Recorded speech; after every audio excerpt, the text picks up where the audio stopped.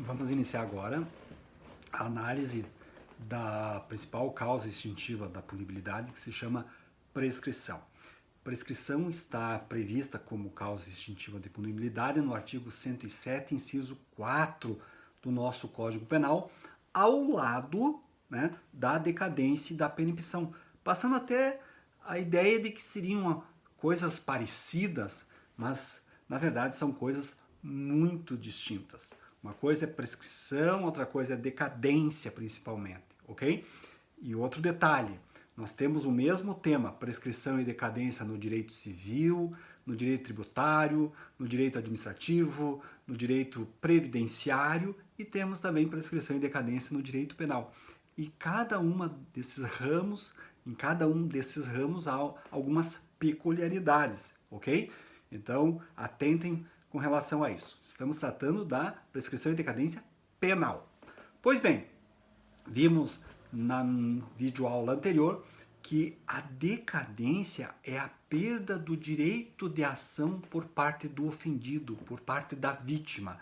A vítima, né, segundo o que autoriza o nosso legislador, ela tem o poder de iniciar a jurisdição, de provocar a jurisdição através de 3 direitos de ação, que é a representação, que é o direito de propor queixa nas ações penais privadas e também de propor queixa nas ações penais privadas subsidiárias das públicas. Só que, como nós dissemos, ela tem um prazo que é de 6 meses contados da fluência do prazo que tem o Ministério Público para propor a ação penal pública ou do efetivo conhecimento da autoria do delito. Se a vítima não exercita os direitos de ação no prazo de 6 meses contados a partir desses marcos, ela perde esses direitos de ação e essa perda se chama então decadência. Então a decadência penal, ela se opera frente somente à vítima, né? Tomemos um exemplo, se a pessoa é ofendida na sua honra, né, e ela está vendo a pessoa ofensora, aquela pessoa que está ofendendo ela tem a partir daquele dia ali 6 meses para apresentar uma queixa. Se ela apresentar no 7º mês, no 8º mês, a queixa para um juiz, o juiz vai dar uma olhada naquela queixa e vai dizer, olha, lamentavelmente ocorreu decadência, eu não vou receber a tua queixa. E além disso, eu vou declarar a extinção da punibilidade do querelado, porque a decadência também é uma causa de extinção da punibilidade. Perceberam, pessoal? Então, decadência se opera sempre frente à vítima. Perempção, que também está no artigo 107, inciso 4º, é uma punição processual, né? A vítima exerceu o seu direito de ação, ajuizou uma ação penal privada através de uma queixa-crime e, ao longo da ação penal, ela não cumpriu aqueles deveres, aquelas obrigações processuais que toda parte tem nos processos. E a consequência disso é a extinção da punibilidade do querelado, daquela pessoa então que está sofrendo a ação penal privada, porque o autor da ação penal privada não levou a ação a um termo final, ok? Então é uma punição processual. Então, decadência e permissão. Coisa bem diversa, pessoal, é a prescrição, objeto então dessa videoaula. Prescrição, pessoal, é a perda da própria possibilidade de se impor uma pena a alguém. É a perda da possibilidade jurídica que tem o Estado de punir alguém que praticou o delito, ok? Então, prescrição é a perda da punibilidade, é a perda da pretensão de punir. E só quem tem punibilidade, só quem tem o direito de punir no Brasil é o Estado. Então a prescrição, ela só ocorre frente ao Estado. Decadência nós vimos, ocorre frente à vítima. Prescrição ocorre frente ao Estado, pessoal, ok? Então, prescrição, né, é a pretensão da punibilidade concreta, daquela punibilidade que surge a partir da prática de um delito, ok? Então, a prescrição atinge o próprio poder de punir. E, repito, somente quem tem o poder de punir é o Estado, ok?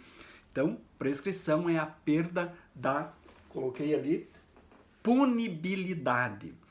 E é interessante nós lembrarmos que essa punibilidade ela tem dois aspectos, né?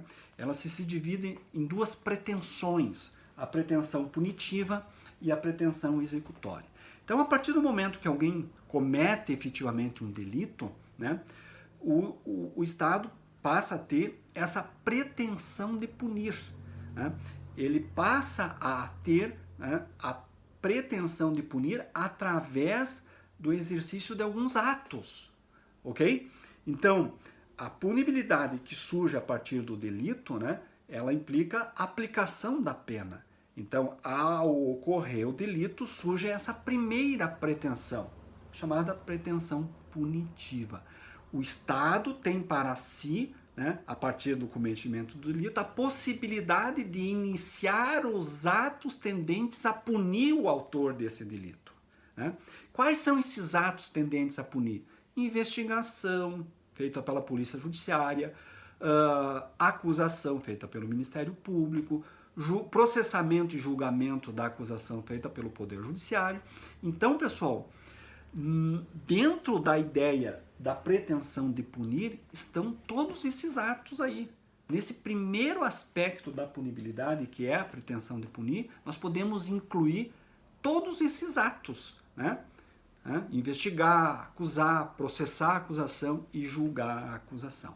E quando esse julgamento for um julgamento condenatório, a partir do momento que se torna definitiva essa condenação, essa pretensão que até então era punitiva se transforma numa outra pretensão, numa pretensão executória. Pegaram? Ok? Ocorre que tanto a pretensão de punir, a punitiva, quanto a pretensão executória, existem prazos para isso. Então, para o exercício desses dois aspectos da punibilidade, né, há prazos, existem prazos para isso. E se o Estado não cumpre esses prazos, ocorre então a perda dessa punibilidade, ocorre então prescrição. Ok? Pois bem, tanto a pretensão punitiva quanto a pretensão executória, e aí a dificuldade do tema, né, nós não encontramos assim, quanto tempo tem o Estado para exercitar a pretensão de punir a partir da prática do delito. Nós não temos esse prazo pré-fixado no correspondente tipo penal. Né? Esse prazo o legislador não prevê distintamente para todos os crimes. Esse prazo vem em disposições bem amplas, bem genéricas, e cabe a nós, pessoal, ao intérprete, descobrir esse prazo. Por isso da dificuldade desse tema, né? Os prazos não vêm elencados, não vêm fornecidos pelo legislador. Nós, intérpretes, é que temos que descobrir quais são os prazos que tem o Estado, né, a partir do cometimento do delito ou a partir da condenação definitiva de alguém em face da prática de um crime. Então, quanto tempo tem o Estado para o exercício das duas pretensões? Ok? Esse prazo não é eterno, ele não dura para sempre, né? Existem prazos, ok?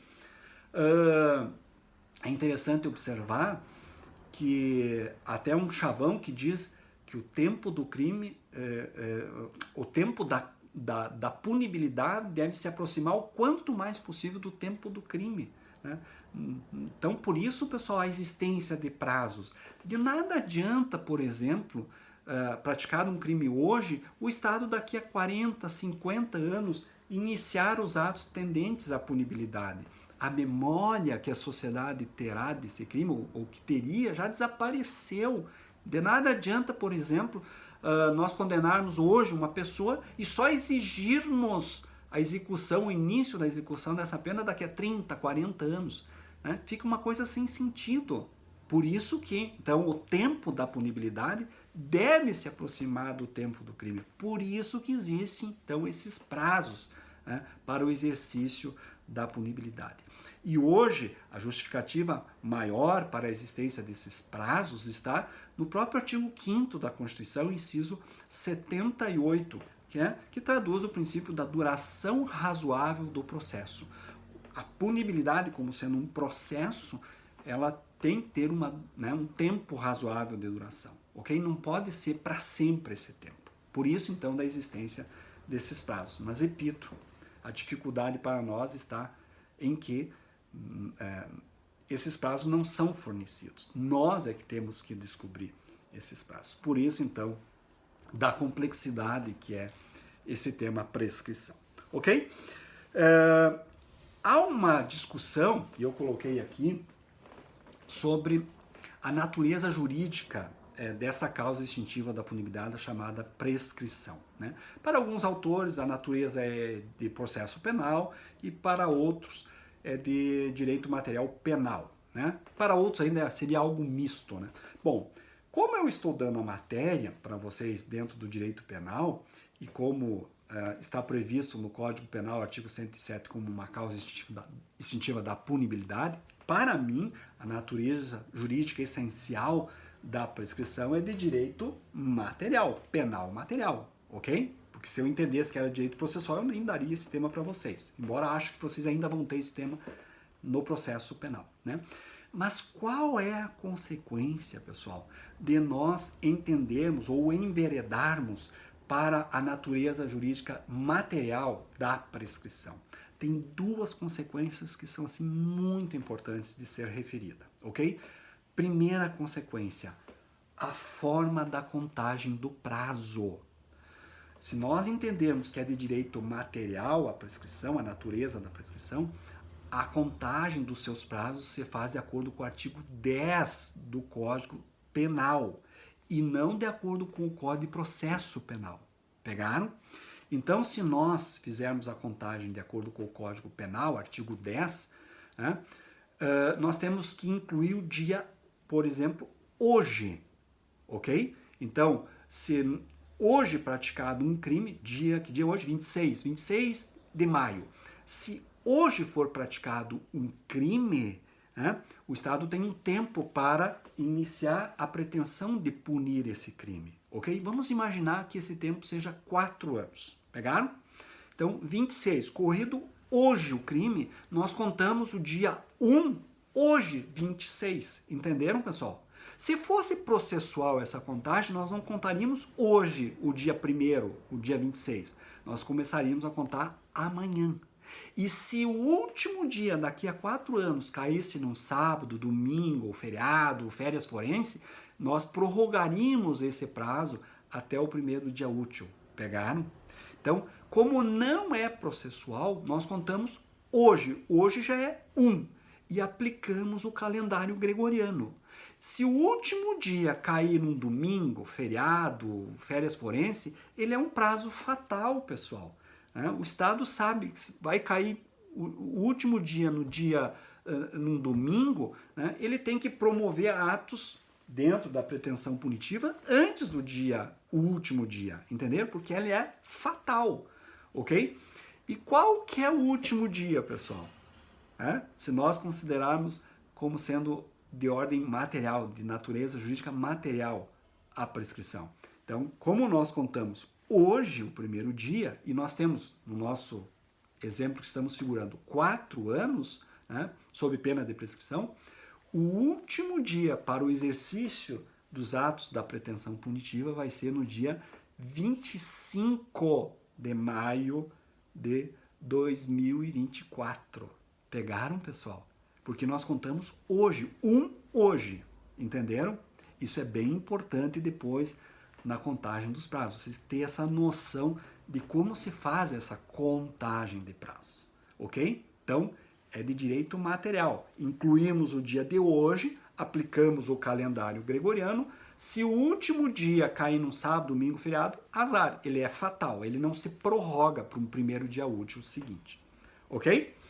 Segunda consequência de nós enveredarmos para a natureza jurídica de material da prescrição. Não há preclusão para declarar a prescrição, ok? Se eventualmente, ao longo do exercício da pretensão punitiva e do exercício da pretensão executória, né, ocorrer uma prescrição, olha, a partir daquele dia, né, se prescreveu a pretensão punitiva e a prescrição executória, mas ninguém viu isso, né? E se praticaram vários atos depois, não tem problema, né? Não preclui a possibilidade de nós reconhecermos a prescrição, entenderam? Preclusão é uma coisa bem processual, bem do direito processual. O que é preclusão, pessoal? Alguns atos, eles têm um tempo certo para serem praticados. Passado aquele tempo certo dentro do processo, não dá mais para praticar, né, aqueles atos. Preclui-se a possibilidade da prática desses atos, entenderam? Mas como é de direito material a prescrição, não há preclusão, entenderam?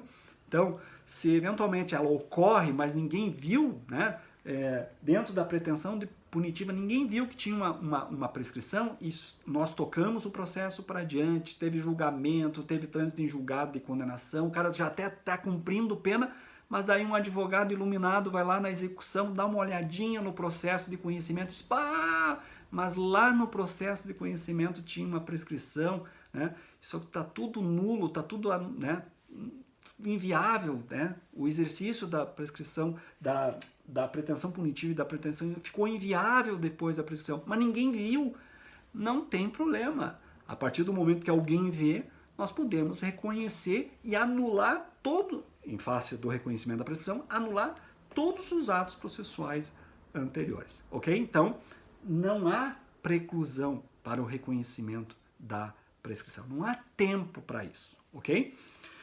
Pois bem, outra coisa que queria considerar inicialmente, né, é que a prescrição é uma matéria de ordem pública. Então ela é reconhecível de ofício por parte do juiz. O juiz não precisa ser provocado por alguém para reconhecer uma prescrição, né? Se ele está ali acompanhando os atos da pretensão punitiva ou acompanhando a execução de uma pena, ele vislumbrar a ocorrência de uma prescrição, ele pode, de ofício, reconhecer essa prescrição, ok? É claro que na prática, no dia a dia, os juízes, se eles constatam a ocorrência de uma prescrição, eles vão dar vista para as partes, principalmente ao Ministério Público, né? Para o Ministério Público se manifestar, mas tecnicamente não precisaria, ok? Embora, repito, no dia a dia isso ocorre, né? O artigo 10 do novo CPC, né, aqui utilizado, aqui importado, recomenda esse diálogo entre o juiz e as partes. Então, né, embora seja de ordem pública, reconhecível de ofício, né, o juiz acaba pedindo a manifestação das partes antes do reconhecimento da prescrição. Outra coisa muito importante, ela é uma matéria preliminar ao mérito, né? Nós temos várias matérias preliminares ao mérito. Então, quando as partes, antes de adentrar na construção, na feitura de um ato que seja típico a elas se questionam de uma série de coisas, né, antes disso. Por exemplo, o ato típico do delegado, instauro ou não o inquérito policial. Mas só que antes de instaurar, de entrar no mérito, instauro ou não o inquérito, o delegado ele se questiona numa série de preliminares. Ok? Por exemplo, será que eu tenho atribuição para instaurar o inquérito? Se eu não tiver atribuição, se o crime foi praticado numa outra cidade, eu tenho que mandar para o meu colega lá a notícia crime, não eu instaurar o inquérito. Pegaram, pessoal? Então, antes de entrar no mérito da prática do ato típico a ele se questiona numa série de coisas. Dentre essas séries de coisas que ele se questiona, uma das coisas é se o Estado, porque o delegado está agindo em nome do Estado, se o Estado ainda tem a punibilidade, né? Porque se o delegado entende que aquele fato já está prescrito, ele não vai instaurar o inquérito. Ele vai dizer, olha, vai colocar ali, olha, entendo que aqui tem uma prescrição, tal, por isso não instaura o inquérito e manda isso para o Ministério Público. Entenderam, pessoal? O Ministério Público, da mesma forma, ato típico dele, né? Ofereça ou não acusação. Mas antes disso, preliminarmente, ele vai se questionar. Peraí, será que o Estado ainda tem a punibilidade? Por que eu vou instaurar uma ação penal se o Estado já perdeu a punibilidade? Entenderam? Então ele se questiona também. As partes o tempo todo, delegado, promotor, juiz, advogado, todo mundo o tempo todo, antes da prática de um ato típico a essas partes, né, elas preliminarmente se questionam, da ocorrência da prescrição. Entenderam, pessoal? Ok? Então, por exemplo, o promotor, estou na iminência de ofertar ou não uma acusação, mas preliminarmente eu vou me questionar, o Estado ainda tem a punibilidade? Porque eu, promotor, vou agir em nome do Estado, mas o Estado ainda tem a punibilidade? Se o promotor entender que o Estado perdeu a punibilidade, que ocorreu uma prescrição, ele não vai ofertar a denúncia, ele vai manifestar, olha, eu entendo que tem uma prescrição, mando para o juiz, entenderam? E o juiz, daí, se entender também que tem uma prescrição, né, ele não vai promover a ação penal, processar a ação penal, julgar a ação penal. Ele vai reconhecer preliminarmente a isso, né, a prescrição, extinguindo a punibilidade da pessoa que cometeu o delito. Entenderam, pessoal? Então, a prescrição é sempre uma matéria preliminar ao mérito. Mérito aí é mérito da prática de qualquer ato por esses distintos atores que atuam em nome do Estado na pretensão de punir e na pretensão de executar uma pena. Ok? Ainda como consideração geral, né, impõe-se dizer que, a princípio, todos os crimes são prescritíveis, ou seja, o Estado tem um tempo para exercitar a pretensão de punir e a pretensão de executar penas em face de todos os delitos. Mas a Constituição, ela prevê, nosso legislador constituinte que fez a Constituição em 88, ele previu no artigo 5º, inciso 42 e 44, dois crimes que são imprescritíveis. Não tem o Estado tempo para, então, exercitar a punibilidade frente a esses dois crimes. Que crimes seriam esses?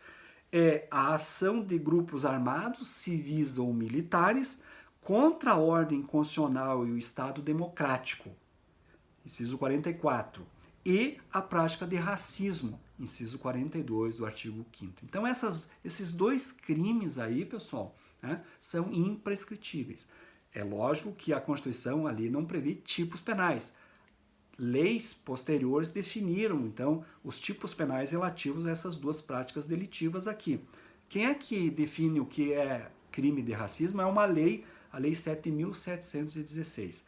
E quem define os tipos penais relacionados a essa prática de ação de grupos armados, civis ou militares, contra a ordem constitucional e o Estado democrático, é a Lei 7.170, a Lei de Segurança Nacional, que é uma lei anterior à Constituição de 88. Essa lei é de 83. E aí tem uma discussão se essa lei foi recepcionada ou não pela Constituição de 88. Mas, enfim, eu acho que essa discussão já está superada. Eu acho que foi recepcionada, essa lei está vigindo. A Lei de Segurança Nacional prevê tipos relacionados, então, a essa conduta, ação de grupos armados, civis ou militares, contra a ordem constitucional e o Estado democrático. Então, a princípio, nós temos os crimes previstos na Lei de Segurança Nacional e os crimes previstos nessa Lei 7.716, relacionados ao racismo, então, como imprescritíveis. Não há tempo para o Estado, então, exercitar a pretensão de punir esses delitos.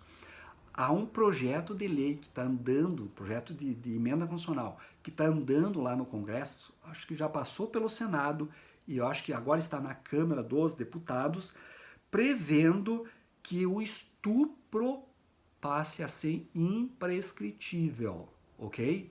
Tá passando, pessoal. Acho que logo, logo nós vamos ter mais um acréscimo aí. E há um outro projeto de emenda constitucional que também já se iniciou, mas está com a tramitação um pouco mais lenta, um pouco mais atrasada, é a tentativa de passar o feminicídio para crimes, como sendo crime imprescritível. Essa é uma proposta, então, mais recente, então, ela vai ter uma duração mais longa, assim, de tramitação lá no Congresso Nacional, ok? Estupro não, estupro tá para ser aprovado, ok? Então, logo, talvez, essa lista de crimes imprescritíveis aí aumente, ok? Então, me parece que essas questões, como considerações gerais, são adequadas. Nós vamos ver daqui a pouco que essas considerações gerais são importantes, ok? Pois bem, nós temos duas grandes espécies de prescrição. exatamente atento aos dois aspectos da punibilidade. Então, lembram? A punibilidade tem esses dois aspectos, elas se subdividem em uma pretensão punitiva e uma pretensão executória. Exatamente atento a esses dois aspectos da punibilidade, né, a prescrição se subdivide em duas grandes espécies. Então, nós temos a prescrição da pretensão punitiva. Então, o Estado tem um tempo para exercitar a pretensão de punir, e dentro da pretensão de punir, leia-se, estão os seguintes atos: investigar, acusar, processar a acusação e julgar a acusação. Pegaram?